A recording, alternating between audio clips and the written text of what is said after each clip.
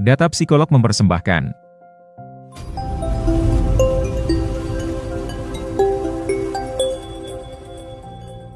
Alasan mengapa ibu rumah tangga harus bisa mengatur keuangan.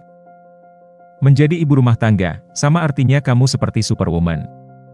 Tangguh mulai dari mengurusi berbagai pekerjaan rumah, mengurus anak, sampai hal-hal terkecil, hingga mengatur keuangan keluarga. Ibu memiliki peran penting dalam keluarga. Bukan hanya sebagai orang yang mengelola rumah tangga, tetapi juga sebagai panutan bagi anak-anaknya. Seorang ibu harus mampu memastikan bahwa segala kebutuhan anggota keluarga terpenuhi dengan baik. Bayangkan saja, setiap bulannya para ibu rumah tangga begitu hebat melakukan penghematan anggaran belanja dan juga membuat alokasi-alokasi khusus setiap kebutuhan keluarga. Di era modern seperti sekarang, ibu rumah tangga juga wajib bisa berinvestasi demi masa depan kita dan keluarga. Ada banyak alasan mengapa kamu sebagai ibu rumah tangga harus mulai mempertimbangkan untuk segera berinvestasi dan mengatur keuangan. Nomor 1. Ibu rumah tangga pintar mengelola risiko. Sama halnya saat kamu menjalani bisnis, berinvestasi juga butuh kemampuan untuk mengelola risiko. Menurut hasil penelitian yang dilakukan oleh BlackRock, sebuah perusahaan asal Amerika Serikat yang bergerak di sektor finansial dengan fokus utama industri jasa investasi, para wanita dan ibu rumah tangga sangat baik mengelola risiko yang mereka hadapi. Bila dibandingkan dengan para pria, hanya sekitar 33% wanita yang rela mengambil risiko untuk mengincar keuntungan lebih besar. Angka ini lebih kecil bila dibanding jumlah pria sekitar 61%. Hal ini terjadi karena para wanita atau ibu rumah tangga lebih sabar mengelola investasi yang mereka miliki. Karena mereka fokus pada tujuan jangka panjang dibandingkan dengan para pria yang lebih mengejar keuntungan besar, namun sifatnya sementara. Kemampuan ini menjadi peluang besar untuk pasanganmu. Menjadikan kemampuan yang kamu miliki sebagai kartu saat mengambil keputusan dalam berinvestasi. Nomor 2. Sifat alami wanita lebih sabar dan mengasuh. Bayangkan kamu sedang menjaga telur untuk dierami hingga akhirnya menetas. Begitulah seharusnya menjalani investasi. Berinvestasi bukan sebuah hal yang harus dilakukan secara instan dan agresif. Keahlian ini, yang secara alami sudah dimiliki para wanita dan ibu rumah tangga, karena sebagai wanita kamu mempunyai kemampuan untuk menjaga, mengasuh, kreatif, dan sabar. Kesabaran dalam berinvestasi itu sangat penting.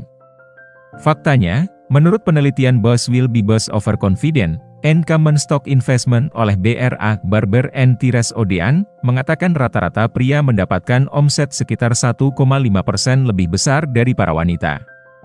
Namun bila dihitung kembali secara omset bersih tahunan, para pria bisa kehilangan hingga 0,94% omsetnya dibanding para wanita. Hal tersebut terjadi karena para pria lebih memiliki kepercayaan diri yang berlebih dan terburu-buru untuk berinvestasi meski omset yang mereka dapatkan lebih sedikit. Sementara para wanita lebih sabar dan menunggu investasi yang mereka lakukan berkembang dengan prospek omset yang jauh lebih besar. Nomor 3. Menjadi sebagai rencana pendidikan anak. Semua orang tua pasti ingin mempersiapkan rencana pendidikan anak dengan baik. Termasuk kamu juga pasti menganggap pendidikan anak itu penting. Untuk pos 1 ini, jelas sekali bahwa biaya pendidikan setiap tahunnya akan semakin mahal dan akan menjadi beban tersendiri jika tidak dipersiapkan sejak awal. Nomor 4. Ikut membantu keuangan keluarga. Kondisi keuangan kamu sekarang bisa jadi sudah aman dan nyaman. Tapi, semua hal bisa saja terjadi di masa depan dan bisa berpotensi mengganggu kestabilan finansial keluarga. Terlebih bila kamu tidak memiliki kemampuan manajerial keuangan yang baik. Mengandalkan tabungan dan dana simpanan saja belum tentu cukup untuk memenuhi semua kebutuhan keluarga di masa depan. Dengan berinvestasi, kamu bisa mempunyai rencana membantu keuangan keluarga. Nomor 5. Mengelola pengeluaran. Ibu rumah tangga perlu mengatur anggaran untuk memastikan uang cukup untuk kebutuhan sehari-hari, seperti makanan, pakaian, pendidikan anak, dan hiburan keluarga.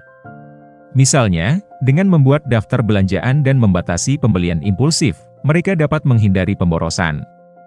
Ibu rumah tangga bertanggung jawab untuk memastikan uang cukup untuk kebutuhan dasar keluarga seperti makanan, pakaian, dan tagihan rutin. Sebagai contoh, Dengan membuat rencana belanja mingguan dan membandingkannya dengan anggaran, seorang ibu rumah tangga dapat memastikan bahwa uang cukup untuk memenuhi kebutuhan sehari-hari tanpa overspending. Nomor 6. Menyimpan untuk masa depan. Sebagian pendapatan harus dialokasikan untuk menabung atau investasi jangka panjang, seperti pendidikan anak atau pensiun. Contoh, dengan membuka rekening tabungan pendidikan anak, ibu rumah tangga dapat mempersiapkan biaya pendidikan mereka. Sebagian dari pendapatan harus dialokasikan untuk menabung atau investasi jangka panjang, seperti pendidikan anak atau pensiun. Sebagai contoh, seorang ibu rumah tangga dapat membuka rekening tabungan pendidikan anak dan secara berkala menyetor dana agar anak-anaknya dapat melanjutkan pendidikan mereka tanpa beban keuangan. Nomor 7. Menghadapi krisis. Pengelolaan keuangan yang baik membantu keluarga menghadapi situasi darurat, seperti biaya medis tak terduga. Simpanan darurat dapat membantu dalam situasi seperti itu. Ibu rumah tangga perlu memiliki simpanan darurat untuk menghadapi situasi darurat, seperti biaya medis tiba-tiba atau perbaikan mendesak di rumah. Sebagai contoh, ketika mobil keluarga rusak, simpanan darurat dapat digunakan untuk memperbaikinya tanpa harus mencari pinjaman. Nomor 8. Menghindari utang berlebihan. Ibu rumah tangga harus berhati-hati terhadap utang, terutama yang memiliki bunga tinggi. Menghindari utang yang tidak perlu dan membayar utang dengan tepat waktu adalah contoh pengelolaan keuangan yang bijak. Mengelola keuangan dengan bijak membantu menghindari utang yang berlebihan dan beban bunga tinggi.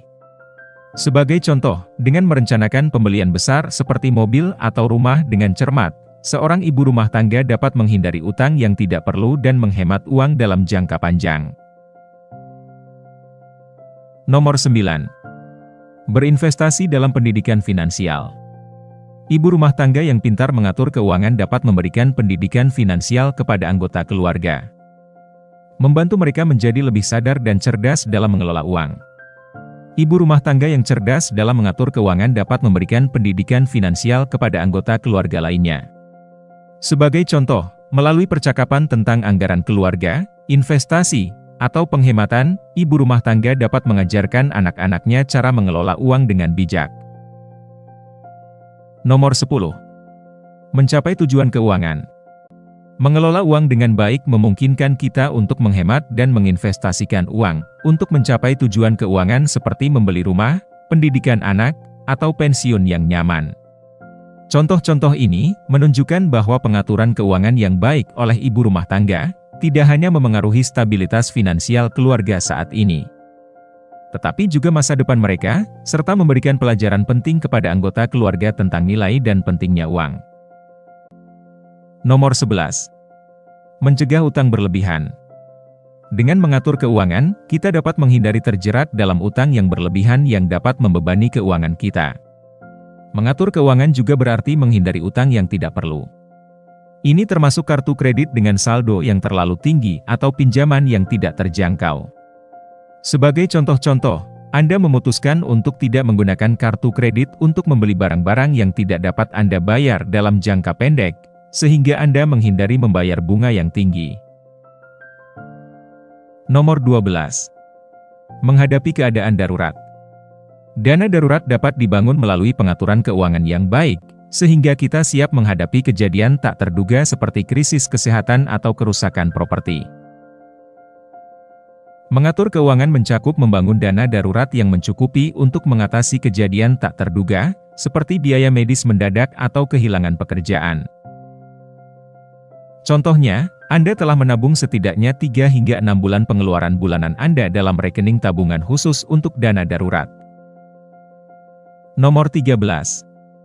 Meminimalkan stres keuangan. Pengelolaan keuangan yang baik dapat mengurangi stres terkait uang, memungkinkan kita untuk tidur lebih nyenyak dan menjalani hidup dengan lebih tenang. Meminimalkan stres keuangan berarti mengurangi tingkat kekhawatiran, cemas, atau tekanan yang disebabkan oleh masalah atau ketidakpastian finansial.